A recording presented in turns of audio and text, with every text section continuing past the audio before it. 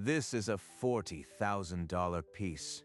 Perhaps the tutor down the street has something more your speed. The boutique's message was clear, even if unspoken, not for you. He has no idea. We maintain a certain standard here. Our pieces aren't for window shoppers. The cheap-looking digital on his wrist was anything but a toy. Its yellow circle was a secret handshake among the elite. What the manager couldn't see was the screen of William's phone. A private vault. 40 Grail pieces. More wealth than this store had moved in a year. Now, if you'll excuse me, I have clients who actually purchase. William didn't argue. He simply looked at the Casio, as if sharing a private joke. You just failed the most expensive test of your career. The Rolex boutique had just made the worst misjudgment in its history, and the test had only just begun. Is the boutique director in today? I'd like a word, if you don't mind. The director doesn't see people without appointments. Are you certain about that? I've never been more certain in my life. Now, if you are done browsing, the door is right behind you. William didn't flinch. He held Tyler's gaze for a beat longer than was comfortable, then nodded once. He's making this too easy. Tyler turned his back as if the conversation had never happened, greeting a white couple that had just walked in. The director would have loved to meet you. William stepped outside, the morning air crisp against his face. The boutique's glass door sealed shut behind him, a final punctuation mark. He pulled out his phone. The screen glowed with the name that would shift the entire balance of the morning. William tapped the contact and raised the phone to his ear. The call connected to Geneva.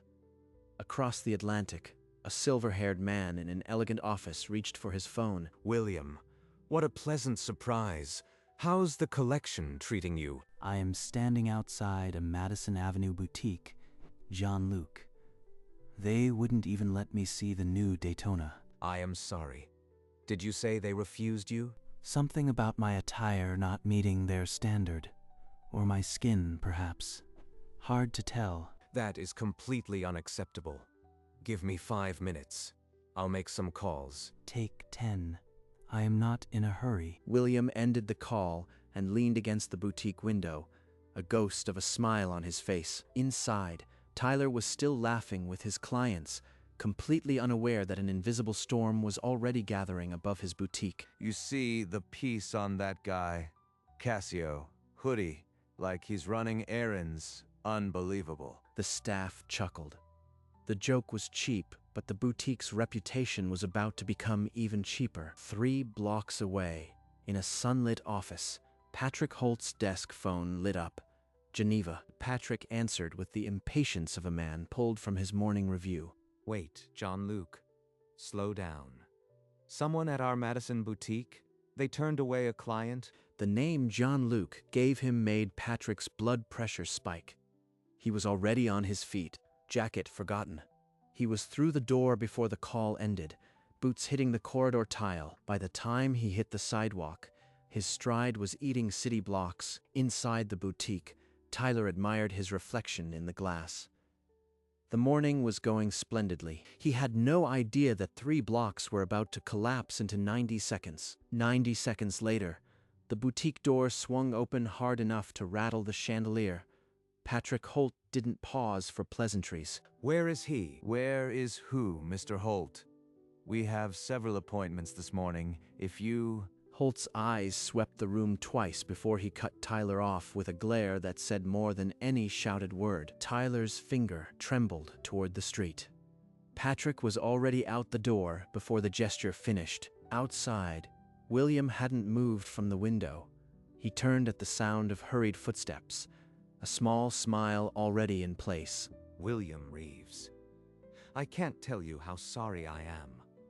This is not how we treat a man of your standing. No harm done, Patrick. These things happen. Patrick placed a hand on William's back and guided him inside like a long-lost board member, leaving Tyler frozen at the doorway. The boutique fell silent. Tyler's mouth opened, but no sound came. The morning had just inverted entirely. Patrick's voice cut through the silence, directed at Tyler like a blade. Is this true? You refused Mr. Reeves the Daytona because of what he was wearing. It's store policy to evaluate clients. He came in wearing a Casio, for God's sake. William's face remained perfectly neutral, as if he were watching a play unfold, not his own vindication. That Casio is a $50,000 prototype, and Mr. Reeves' collection would keep this boutique afloat for years. Tyler's complexion went the color of the display case glass, flawless and completely transparent. William Reeves is one of the top 25 Rolex collectors in the world, and you just humiliated him. The staff froze. The couple Tyler had been serving stared. Only the hum of the air conditioner filled the silence. It's fine, Patrick. I am sure Mr. Brennan was just being thorough. The word thorough lingered in the air like a verdict not yet delivered. Mr. Reeves, allow me to get the Daytona from the safe. A special edition. Please let us make this right. Patrick gestured toward the private viewing room, a privilege Tyler had never extended. Thank you, Patrick. I appreciate the gesture, but I am afraid I've lost my appetite for it. The words landed like a stone through glass. Tyler's hands froze on the display case. He just refused the Daytona from the U.S. director. What have I done? Patrick's expression shifted from confusion to a deep, professional dread. He had lost more than a sale. This visit wasn't about the watch. It was about the door. William turned toward the exit without waiting for a response. The boutique's silence was deafening. Mr. Reeves, please, if you'd just let me. But William was already gone, the glass door swinging shut behind him, leaving a boutique full of people who suddenly understood the cost of assumption. Outside, William paused on the sidewalk. Behind him, the boutique door burst open again. William, wait, please. What can I do? I'll remove Tyler from the floor for the rest of the day. It won't change anything, Patrick. The trust is broken. I'll be acquiring through Jean-Luc from now on. Patrick's face fell. He opened his mouth, then closed it. There was no counter to a collector who could call Geneva. Jean-Luc has treated me like family for 8 years. I'll keep my loyalty there. Goodbye, Patrick. Patrick took the hand, his grip weak. William's was steady. Then he turned and walked toward the crosswalk. Patrick stood motionless on the sidewalk, watching one of the brand's most valuable relationships disappear with every step. He turned back toward the boutique, where Tyler stood in the doorway, ashen. I hope your store policy was worth more than a $40 million client. Tyler had no answer. The silence that followed was heavier than any conversation that had happened that morning. William crossed the street, ignoring the buzz of the Rolex boutique behind him. De Luca vintage timepieces glowed with warm, unpretentious light. He pushed open the door, and Marco De Luca looked up from a tray of vintage movements. Willie, long time.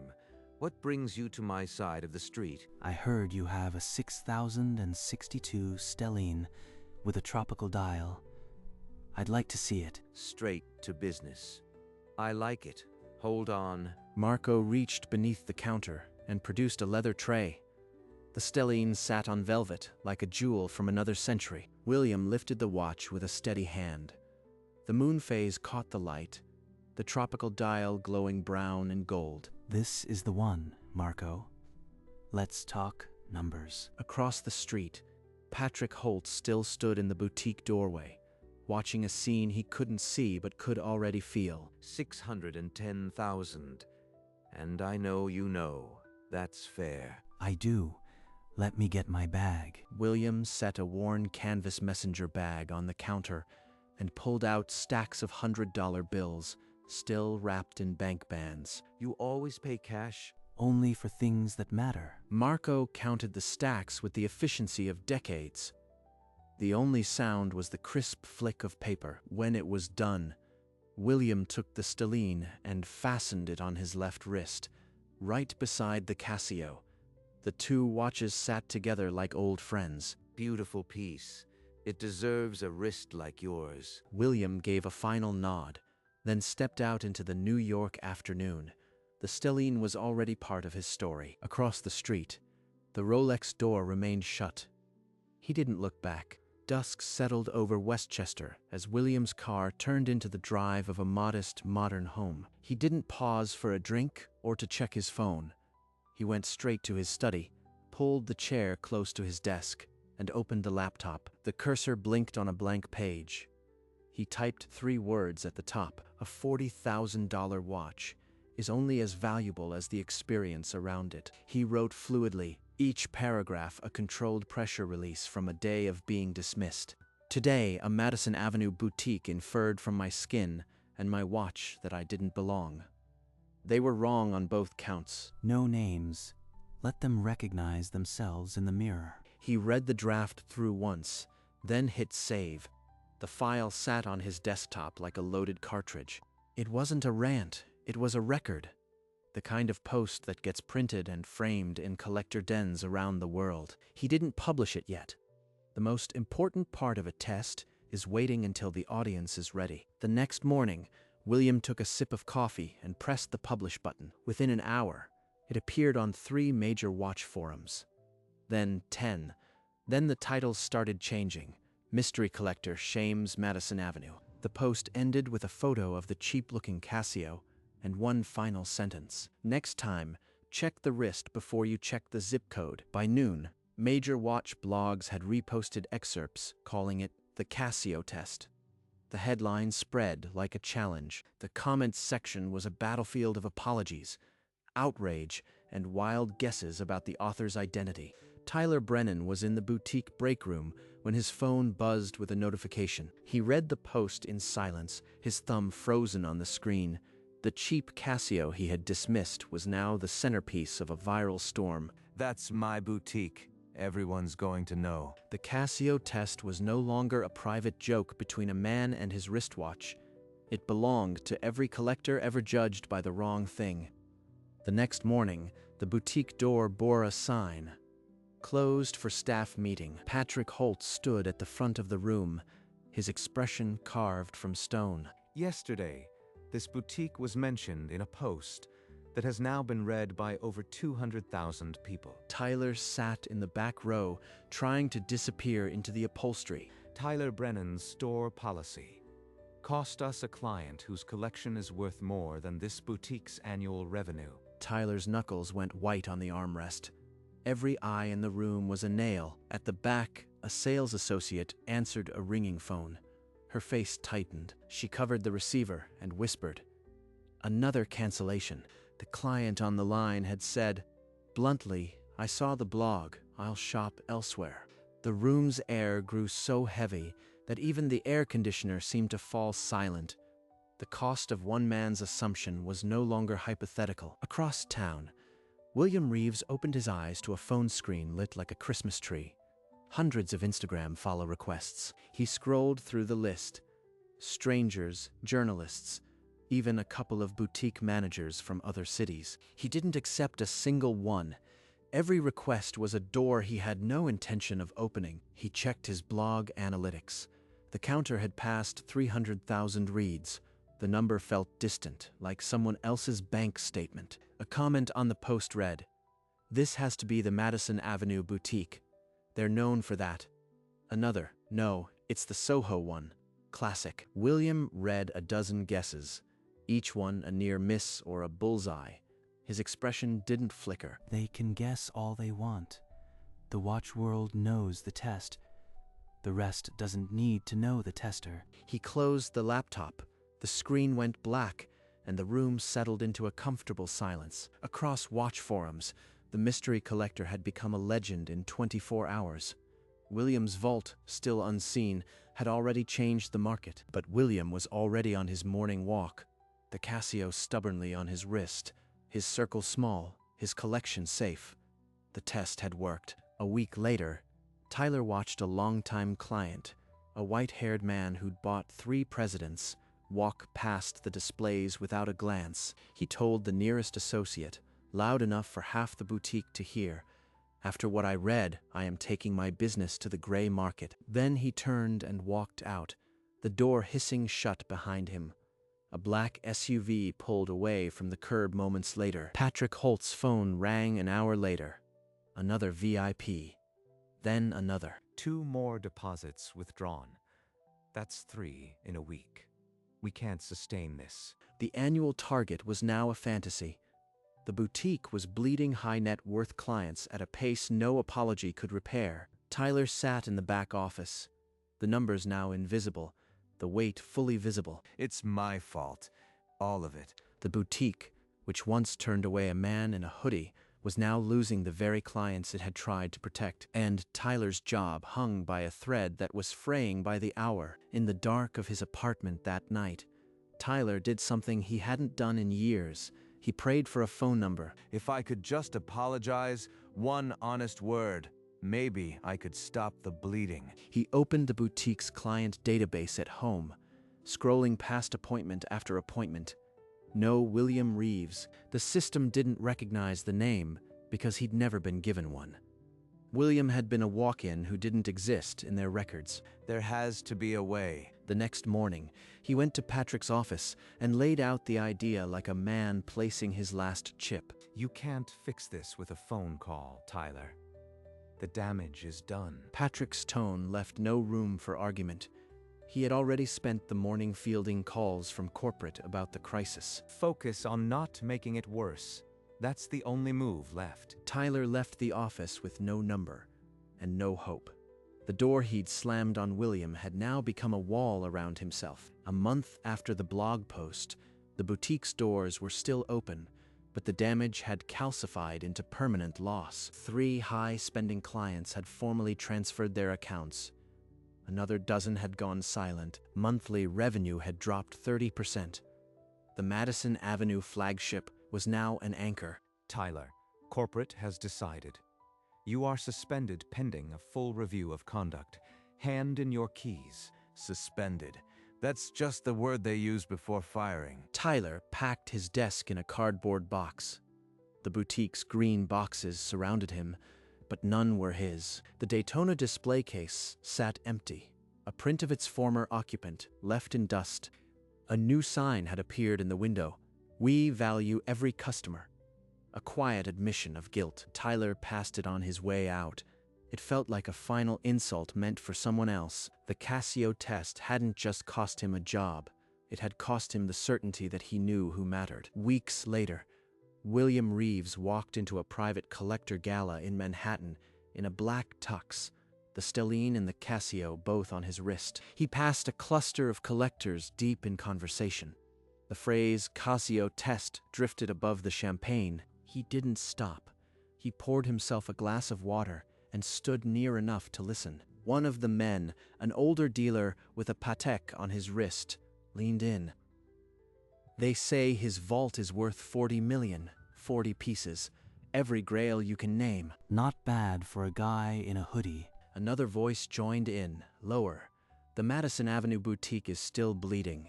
Manager got suspended." William took a sip of water. The ice cubes clinked softly. A private toast. He turned and walked toward the balcony. The conversation fading behind him, like a radio left on in another room. The Casio test was no longer his. It belonged to the watch world now, and he was just another face in the crowd, exactly where he wanted to be. A respected watch publication had been quietly working on a profile for weeks. The cover read, "The $40 million collector. You don't know." Inside, a full-page spread showed a wrist wearing the Casio. The article called it the most misunderstood $50,000 in horology. The watch that a Madison Avenue manager once dismissed as cheap has an auction history only collectors recognize. The piece described a private vault with 40 grail pieces, photographed in soft light, their dials glowing like relics. A steel Patek 5711 green dial, a 1955 Submariner Big Crown, a Paul Newman Lemon Daytona. Every slot filled, no filler. The article never named the collector. It didn't need to. The watch community already had its ghost. Sometimes the most valuable things are hidden in plain sight. Across watch forums, the article was shared, screenshotted, dissected. The Madison Avenue incident was now canon. William read the piece in his study, the same laptop where he'd drafted the blog. This time, he wasn't the one writing. He closed the laptop and looked down at his wrist.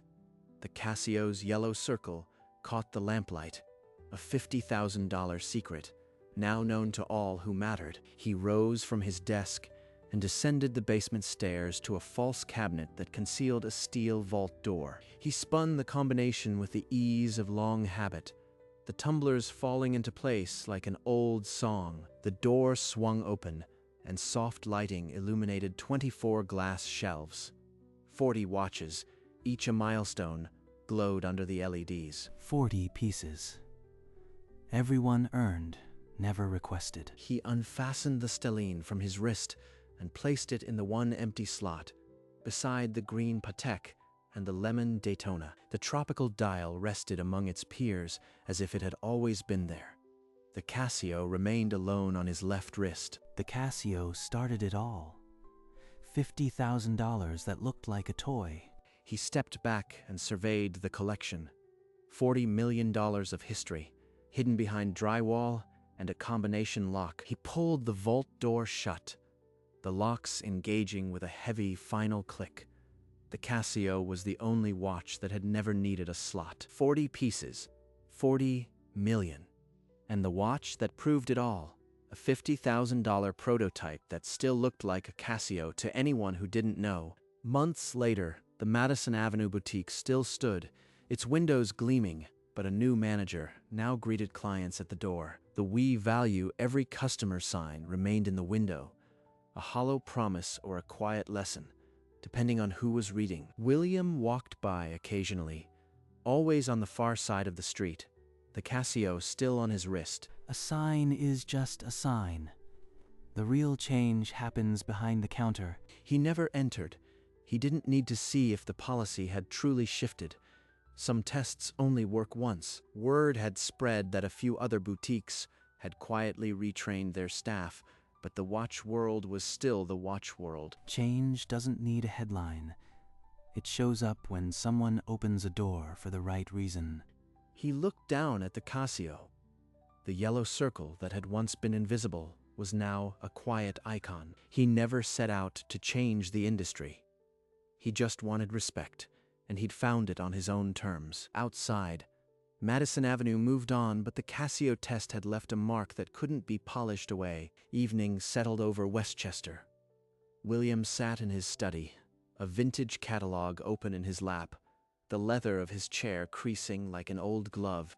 On the shelf beside him, a framed photograph of his father watched over the room with a quiet smile. You taught me to see value where others saw nothing. This was just practice. He turned a page of the catalog, past a Patek and a Vacheron, and his finger paused on a familiar Daytona reference. The Casio on his wrist ticked softly, a silent partner in the stillness. Its yellow circle caught the lamplight like a wink. He didn't need a Daytona from a Madison Avenue boutique. He just needed to know the door was open. When it wasn't, he built his own door, and the watch world walked through it. Some tests you pass, some tests you take, but the Casio test, that one you wear.